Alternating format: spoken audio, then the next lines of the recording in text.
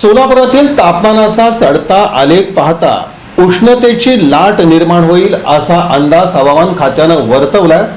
याचबरोबर नागरिकांनी योग्य ती खबरदारी बाळगण्याचं आवाहन देखील या निमित्तानं करण्यात आलंय। सोलापुरात सध्या तापमानाचा दररोज उच्चांक होत आहे। सोलापुरात सोमवारी उन्हाळ्यातील सर्वाधिक असं 42.5 अंश सेल्सिअस तापमानाची नोंद झाली। मंगळवारी 43 अंश तर बुधवारी आणि गुरुवारी 44 अंश सेल्सिअस तापमानाची नोंद होईल असा अंदाज हवामान विभागानं व्यक्त केलाय। बुधवारी आणि गुरुवारी उष्णतेची लाट येण्याची शक्यता वर्तवण्यात आली आहे। वाढलेल्या तापमानामुळे आणि उकाड्यामुळे नागरिक घामाघूम झाले। सकाळी 10 वाजल्यापासून उन्हाच्या झळा जाणवू लागतात। दुपारी 12 ते 4 या वेळेत तीव्र उष्णतेचा अनुभव येतो। हवेतील आर्द्रता 28% घटल्यानं कोरड्या उन्हाचा त्रास अधिक जाणवतोय।